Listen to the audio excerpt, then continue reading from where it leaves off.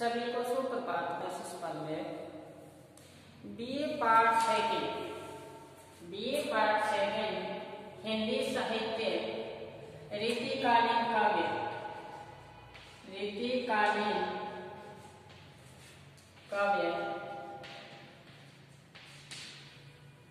के अंतर्गत हम पढ़ रहे हैं केशव की रामचंद्रिका पर हम चर्चा कर रहे हैं। तो पहला पद, काफी दिन हो गए केशव की रामचंद्रिका, क्योंकि हमारे पाठ्यक्रम में इनका जो पद है काफी विस्तृत है। इनका जो पद है 55 इनके पद है, 58 पद है अपने पाठ्यक्रम में। तो हमने शुरू किया था गणेश वंदना से, और फिर सरस्वती वंदना और राम वंदना। वाणी जगरानी की गति बखानी न जाए, ऐसी मति उदार की कौन की भाई। तो हमने सरस्वती की वंदना पढ़ी, इसके बाद में राम की फिर सीता का जो वियोग है वो भी हमने पढ़ा। राम का सीता के प्रति जो वियोग वो भी हमने चर्चा की। इसमें छोटे छोटे संवाद हमने पढ़े। कवि लक्ष्मण और परशुराम के संवाद आते हैं। कवि यहाँ पे राम परशुराम को बताते हैं।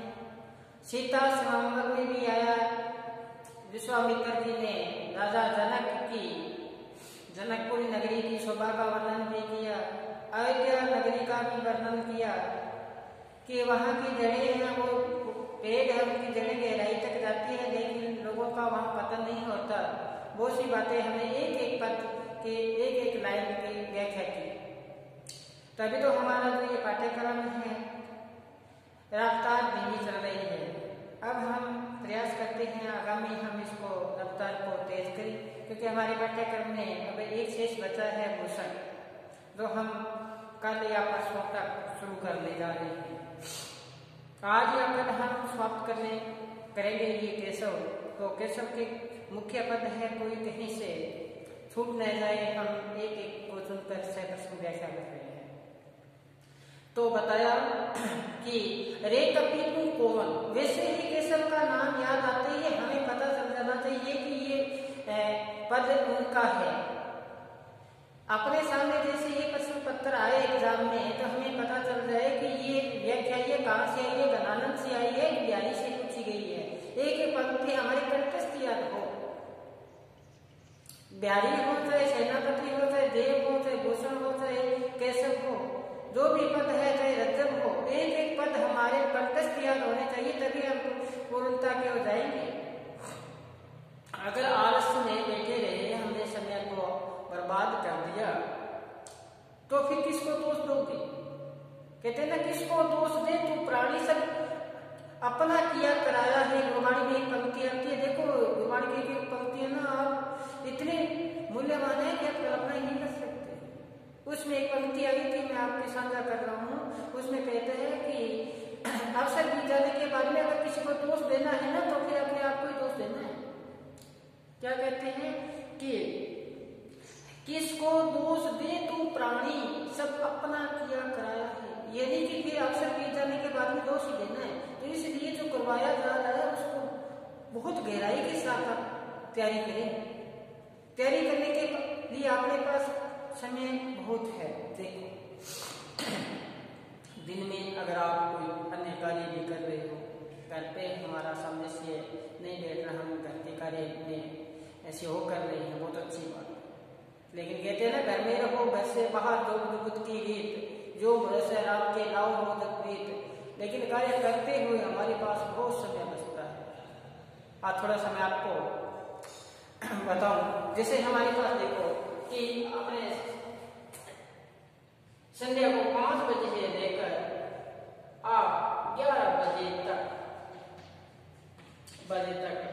पढ़ेंगे, तो अपने पास घंटे बचते हैं। घंटे है ये 6 घंटे। 6 घंटे में 1 घंटे फिर भी आपने रेस्ट किया, तो अपने पास कितने घंटे हैं? 5 घंटे। तो सब पूरे दिन की तो पड़ी हैं, सुबह की पड़ी हैं 5 घंटे कंटिन्यू तैयारी करो, ऐसी कौन सी चीज जो आज से नहीं बनती। तो अपने तो क्या करते हैं, नींद में ही खो देते हैं। जो कहते हैं ना, सब जग सुत्या नींद भरी वो है नींद ना आए। जो पढ़ने वाला बच्चा है वो उसको नींद नहीं आएगी, कम सोएगा। सुखिया सब संसार है खावे और सोए, दुखिया दास कबीरा जागे और रोए। जो जाग जाग कर प्राप्त करता हो प्राप्त कर पाता है, अन्यथा नहीं। क्योंकि सर्दी का मौसम चल रहा है, आज 18 जनवरी हुई है। ऐसे करते करते देखो कल नववर्ष शुरू हुआ था, 18 दिन व्यतीत हो गए, समय तो जा ही रहा है। आपको कितना बताया, मैं बार बार आपको कह रहा हूँ, समय जा रहा है और समय जा रहा है, इसका फायदा उठाओ। कहता हूँ कह जात हूँ कहाँ बजाऊं, दो दुश्मन सा खाली जात है 3 लोग का मोल। कहते कबीरदास जी ने कहा था कि पहले मैंने बोला कि समय अनमोल है, इसकी कदर करो, इसकी कदर करो। लेकिन नहीं समझे तो मैंने कहा क्या किया, गले में ढोल लटका दिया, ढोल बजा बजा कर कह रहा हूँ कि समय बड़ा अनमोल है, इसको सदुपयोग कर लो। तो क्या कहते हैं, कहता हूँ कह जात हूँ कहाँ बजाऊं ढोल, सा खाली जात है 3 लोग का मोल। कहते हैं कि ये जो अवसर बीतता जा रहा है ये बहुत कीमती है। तो इसी समय का उपयोग करते हुए हम पढ़ रहे हैं केशवदास। तो केशवदास में यहाँ जो ये चर्चा चल रही है आपकी बात है, जो या अंगद और रावण की बात चल रही है। इससे पहले रावण और हनुमान जी की बात चली थी। क्या कहा था हनुमान जी ने, हनुमान जी से पूछते हैं रावण के रे कपी तू कौन, कहते हैं आप वानर कौन हो। तो जवाब देते हैं अक्षय को घातक, आपके पुत्र को मारने वाला, मैं आपके पुत्र को मारने वाला बलि रघुनंदन को। कहते हैं कि मैं श्री राम का दूत हूँ। तो क्या बताते हैं, रे को रघुनंदन रे, कहते मैं नहीं जानता राम कौन है। तो कहते हैं जिसने त्रिशरा खरदूषण को मारा, वो संसार के क्या है, भूषण है, श्रृंगार है। तो कहते हैं कि सागर कैसे तरियो, तो सागर को पार करके हमारे पास कैसे आ गया। तो कहने लगा कि सागर तो ऐसा लगा जैसे गाय के खुर हो और उस खड्डा सा भर जाता है, उसमें पानी ठहर जाता है, कितना का होता है, ऐसा लगा मेरे को, मैं तैर के आ गया। कि बंधाया कैसे, कहते हैं मैंने सोई हुई नारी को देख लिया, जिसका मुझे पाप लगा, जिससे मुझे बंधाया गया, ये था। फिर बताया अंगद और रावण का संवाद। तो क्या बताते, कौन कोई सुत बाली के वह कौन बाली ने जानियो। यहाँ रावण और जो अंगद का संवाद है उसको हम चर्चा करेंगे। साथ साथ में ये जो व्याख्या हमने यहाँ श्यामपट पे अंकित के अपने रजिस्टर में उतारे, फिर चलते हैं आगे। आगे चलने क्या बताया कि कौन को सुत। तो यहाँ पर लंकापति रावण अंगद से पूछते हैं कि तुम किसके पुत्र हो। अंगद से पूछते हैं तुम किसके पुत्र हो। तो ये बताते हैं कि मैं बाली का पुत्र हूँ। अंगद का क्या जवाब देते हैं, बाली को। कहते हैं कि बाली ने जानियो। कहते मैं तो नहीं जानता बाली कौन है। कौन कहते हैं, रावण अंगद को कहते हैं। तो क्या बताया, फिर व्यंग्य के साथ अंगद ने जवाब दिया रावण को। क्या जवाब देते हैं कि काक चापी तुम्हें सागर साथ ना हो तो बकानियों। कहते हैं बगल में दबाकर 7 समुद्रों को पार किया था बाली ने, अपने बगल में दबाकर 7 समुद्रों को पार किया था बाली ने, फिर भी आपको स्नान करवाता रहा और आपकी इतने भी आप में शक्ति या हिम्मत नहीं थी कि आप बगल से निकल पाओ। ऐसे थे जो बाली। तो कहते हैं है कहाँ वीर, कहते ऐसा वीर था तो वो कहाँ पे है। देखो छोटे छोटे सवाल है यहाँ पे। तो रावण कहते हैं कि ऐसे सुरवीर, ऐसा वीर जो अब कहाँ पे है। तो अब फिर अंगद कहते हैं वीर देवलोक ताइयो। अंगद ने बताया कि वो तो देवलोक को गमन कर गए हैं, यानी स्वर्ग लोक की प्राप्ति हो गई है। तो कहते हैं फिर रावण पूछता है क्यों गए हो। कहते हैं कि ऐसा सुरवीर था फिर क्यों चला गया। कहते हैं कि राम के बाण में सवार होकर अब वो चले गए हैं, बेटी सिधारियों वहां चले गए। राम जो अंगद है तो उसने जवाब दिया बाली को, यहाँ रावण को। तो यही बात यहाँ बताई, तो सूरवीर था रावण।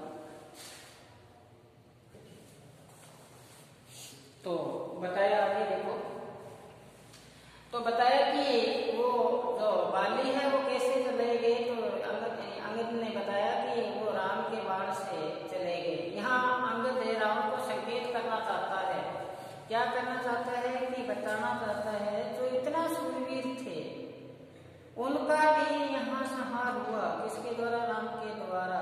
ये जो अहंकार से जो ग्रसित होता है उसका अंत होता है, ये बात हम बताने चाहिए है।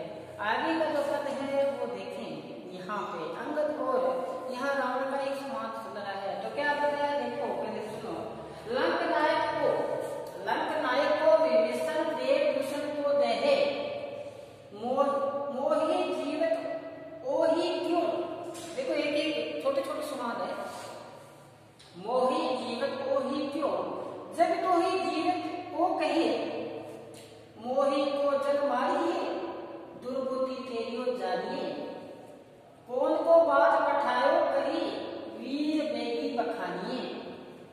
अंगद से क्या जवाब देता है दूसरे आगे, रघुनाथ को बांधा केसव आयो हो, एकल कहूं हयो ज्यों, सागर को मत धारी चिकारी, त्रिकुट की देह बिहारी गिरो ज्यों, सिंह निहारी सिहारी की राक्षस शोक अशोक बन ही देयो ज्यों, अक्षय कुमार ही माही लंक जारी नीके जात भयो ज्यों। तो पहले जो बताया, लंकानाथ को विभीषण देव दूषण को दहे, मोहि जीवित ओहि क्यों जग, तो ही जीवित को कहे, मोहि को जग मारियो, दुर्बुद्धि तेरियो जानियो, कौन की बात पठायो क्यों वीर बेगी बखानिए। तो यहाँ अंगद और रावण को बातचीत हो रही है, उसके बारे में बताया है। तो केशवदास के अनुसार यहाँ वर्णन चल रहा है। तो अंगद अपने प्रारंभिक परिचय में बताता है, क्या बताता है कि सेवे जो अंगद है वो अपने आप को क्या बताता है, लंका नायक का दूत बताता है। देखो सेवम को क्या बताता है, लंका नायक का दूत। बात तो सुनने वाली है। लंका नायक क्या बताता है, दूत। कौन बताता है, अंगद। लंका नायक का दूत बताता है खुद को। तो इसका असली क्या हुआ, लंका नायक कौन है, राम नहीं। लंका नायक यानी कि लंका का जो राजा है वो रावण नहीं है। यहाँ पर कौन है, विभीषण। और ये किसका परम भक्त है, श्री राम। तो ये देखो, तो क्या बताया, लंका नायक को तो बताते हैं कि मैं लंका नायक का दूत हूँ। इस पर बात पर रावण, इस प्रसंग पर रावण क्या पूछता है, लंका नायक कौन। विश्वास नहीं हुआ रावण को कि लंका नायक तो मैं हूँ, आप उसका दूत बता रहे हो। लेकिन फिर पूछते लंका नायक कौन है, तो क्या बताया है, विभीषण। लंका नायक कौन है, विभीषण। और फिर बताया विभीषण है लंका नायक जो कि तुम्हें जलाता है, देव दूषण को दहे, देह का आश्रय जलाना। देव दूषण का आश्रय होता है देवताओं से द्वेष रखने वाला। आप तो देवताओं के द्वेष रखने वाले हो, इसलिए जो भविष्य है वो आपकी और भविष्य की आपस में क्या है, ईर्षा भी है, इसलिए देव दूषण को दहे। तो फिर रावण ने क्या कहा देखो कि मोहि जीवित ओहि क्यों, कहते मैं तो जीवित हूँ अभी तक मैं क्या हूँ, जीवित हूँ। और जीवित होते हुए लंका का नायक कैसे हो सकता है, विभीषण। ये बात कही रावण ने अंगद को। तो क्या बताते हैं कि मोहि जीवित ओहि क्यों, जग तो ही जीवित कहे कौन। तो यहाँ अंगद कहते हैं कि आप तो मरे हो, आपको जीवित कौन कहता है। देखो यहाँ रावण को कहते हैं आप तो मरे हुए हो, आपको जीवित कहता कौन है। तो क्या बताए हैं क्या होता है, अंगद ने उत्तर दिया, संसार में तुम्हें जीवित कौन मानता है? तो रावण ने ठीक कहा, संसार में मुझे मरा हुआ मानता है। अंगद ने उत्तर दिया, तुम्हारी मूर्खता ही तुम्हें मार देगी। क्या होता है कि आपको जब मरा हुआ समझता है तो ये कहते हैं मेरे को मरा हुआ कैसे समझता है? तो दुर्बुद्धि यानी कि आपकी क्या मूर्खता, आपकी जो मूर्खता है वो आपको मार देगी। फिर बताते हैं अंगद को रावण पूछता है कि एक बात बताओ कि किस बात आप मेरे पास आए हो? अरे जल्दी से आप वीर हो, मुझे बखानिए, मुझे बताओ कि आप मेरे पास किस काम आए हो। देखो ये बताई है बात यहाँ पे। तो यहाँ पे जग तो ही जीवित कौन है? तो अंगद ने व्यंजित किया है कि जो पर स्त्री का हरण करने पर स्वयं को दोषी न मानने वाला व्यक्ति, तो क्या बनता है, व्यक्ति पर पाप कर्म के कारण पहले ही मर चुका है।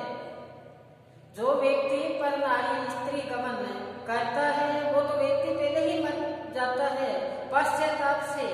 इसलिए ये बात कही है अंगद ने।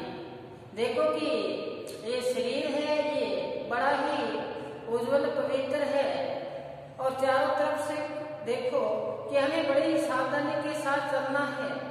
संसार में अच्छे भी है, बुरे भी है।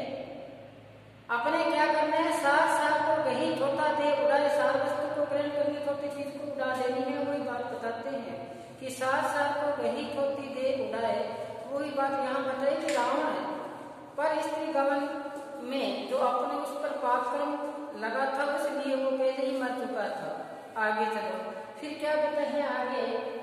अंगद बताता है हनुमान जी के बारे में। किसके बारे में? हनुमान जी।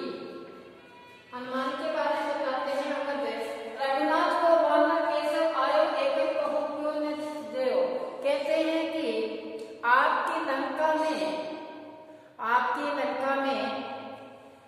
अभी अंगद ने बताया, राम से कहा कि एक अकेला वानर आया था जो किसी द्वारा नहीं मारा जा सका। वानर आयो जो एकल कहो है, आपके जो सूरवीर थे, आपके राक्षस मर्ती के जो लोग थे, उनसे वो एक वानर को मारा नहीं गया। आगे की क्या होते हैं, सागर को मन जारी चिकारी। तो आगे बताते हैं जो किसी द्वारा मारा नहीं गया वानर सागर को गर्भ को चूर कर दिया। यानी कि जब हनुमान जी लंका जाते हैं तो सागर को तैर के पार कर देते हैं। तो रावण पूछता है कि सागर कैसे तैरे हो? तो बताते हैं गोपद जस, कहते जिस प्रकार से गाय के खुद से खड्डा बन जाता है, उसमें पानी व्याप्त हो, उस पानी को तैरना तो आसानी है, बिल्कुल थोड़ा सा तो होता है, इसी प्रकार में आया। तो यही बात यहाँ बताई कि उसने सागर के मत को क्या कर दिया, चकनाचूर कर दिया। और क्या बताया है कि उसने त्रिकूट पर्वत के स्वरूप को भी नष्ट भस्म कर दिया। त्रिकूट बिहारी गयो, त्रिकूट जो पर्वत था उसका जो गर्भ था या नष्ट भस्म करके चला गया, ऐसा वो वानर आया। फिर बताया कि उसने क्या बताया, सीता को निहारी, उसने सीता को देखकर अशोक वाटिका में उसने अच्छी तरह से किसको निहारा, सीता को उसने देखा। सहारी राक्षस, वहां संहार किया, किसका? राक्षसों का संहार किया। अशोक वाटिका को क्या बताते हैं, अशोक वाटिका को उसने उजाड़ कर रख दिया। फिर बताया कि रावण के पुत्र अक्षय को मारकर उसने लंका को जलाकर सकुशल वापस लौट गया। आप एक वानर को ही पकड़ नहीं सके। तो बात यहाँ बताई, भाव ये व्यक्त हुआ कि श्री राम की सेना में केवल एक ही बंदर ही लंका को नष्ट कर सकता है। यहाँ कहने का आशय है यहाँ अंगद का कि राम की सेना में एक वानर था जिसने लंका को क्या कर दिया, लंका को उसने केवल एक बंदर ने नष्ट भस्म कर दिया। तो ऐसे राम के राक्षस को भी कुछ नहीं बिगाड़ सके। आपके जो राक्षस थे उन्होंने कुछ नहीं बिगाड़ सके। श्री राम की सेना में ऐसे अनेक बंदर है। और जो रावण को सर्वनाश कर सकते हैं, श्री राम शक्ति जो अपरिमेय है, रावण उसकी शरण में जाकर क्या करनी चाहिए? क्षमा याचना करनी चाहिए। कौन सी क्षमा याचना? कि उसने पर नारी को अपहरण किया है, यही बात बताते हैं। तो अंगद का कथन है, तो यहाँ राम की महिमा का गुणगान किया है अंगद के माध्यम से, महिमा बताते हैं। दूसरे साथ में जो अहंकार से ग्रसित रावण है उसकी मूर्खता को बताया है। जैसे कबीरदास जी ने कहा था, जब मैं था हरि नहीं, हरि है तो मैं नहीं, सब अंधेरा मिट गया जब दीपक देखा माही। लेकिन अहंकार से ग्रसित है कौन? रावण। और रावण के अहंकार को ही प्रदर्शित कर यहाँ समझाने का प्रयास किया है अंगद ने, ये बात बताई है। तो फिर आगे अंगद फिर समझाता है इसको, फिर समझाने का प्रयास करता है। जब ये दो पद है अपने रिश्ते में अंकित करें, आपके समझ में आया होगा। जैसे लंका नायक को विभीषण है, तो ये यहाँ लंका नायक को इसको बताया, विभीषण को बताया, क्योंकि वो तो जो जीवित था वो पहले ही मर चुका है। किसने मार दिया? अहंकार ने। और फिर बताया कि रावण कहते हैं मुझे मरा हुआ कौन समझता है। देखो बहुत बड़ी पंक्ति आई है, मरा हुआ कौन समझता है। तो कहते हैं जिसके अंदर अहंकार है वो तो पहले ही मर जाता है। कहते हैं ना कि अहंकार जब तन पर आवे, तन मन की शुद्ध बुद्ध बिसरावे। अहंकार जब शरीर पर व्याप्त हो जाता है, तन मन की क्या है शुद्धता ही भूल जाता है। इसे आत्मघाती जानो। ये आत्मघाती होते हैं। आपने सुना होगा कि 3 बच्चे या 4 बच्चों सहित नहर में छलांग लगाई, या गाड़ी के आगे आई या आया, ऐसा आपने सुना है। कुएं में छलांग लगा दी, ये कैसा हुआ? ये अहंकार है। ये क्या हुआ? जब अपने पर काबू नहीं रह पाता, अपने आप ये अपने पर बेकाबू हो जाते हैं, तब होता है। थोड़ा सी बात किसी के साथ प्रेम से कहो तो क्या गया प्रेम, वही बात अगर क्रोध से कहो तो क्या गई अग्नि। शब्द ही तो है। यही जो प्रेम से बोलोगे सुख पाओगे। यही बात यहाँ अंगद समझाना चाहता है किसको? रावण को। कहते हैं कि तू तो पहले से ही मर चुका है, क्योंकि तेरे अंदर अहंकार व्याप्त है। फिर बताया कि किस लिए आप यहाँ आए हो वीर, इसको अंगद को कहते हैं। तो फिर बताते हैं मैं इसलिए आया। तो फिर समझाया कि एक वानर ने आकर पूरी आपकी लंका को उजाड़ दिया, आज समुद्र के सागर को चकनाचूर कर दिया, शोक वाटिका को उजाड़ दिया। एक वानर ही आपके कब्जे में नहीं आया, आप पकड़ नहीं पाए। तो फिर एक वानर ही नहीं पकड़ पाए, तो आप अंदाजा लगाओ कि राम की सेना में कितने वानर है। ये यहाँ पे सिद्ध करना चाहता है। आगे का जो पद है हम आगामी वीडियो में कंप्लीट करने का प्रयास करेंगे। एक वीडियो में हमारा केशवदास कंप्लीट होने का हमने मानस बनाया है। कल हम केशवदास पढ़ेंगे। केशवदास के बाद में फिर हम चर्चा करेंगे। आपको पहले बताया था कि आप साथ साथ में नायक नायिका भेद, रीतिकार का नामकरण, रीतिकार, रीति मुक्त, रीतिबद्ध, रीति सिद्ध, तीनों जो काव्य परंपरा है, इनके कवि, इनकी विचारधारा, काव्य हेतु, काव्य प्रयोजन, छंद, ये आप अच्छी तरह से याद कर लेना। प्रश्न आपको मैं वीडियो के माध्यम से दे बताता आया हूँ, तो कहना मानोगे सुख पाओगे। आज बस इतना ही। घर पर रहें, सुरक्षित रहे और जो मुख्य देह है पढ़ते रहिए। धन्यवाद।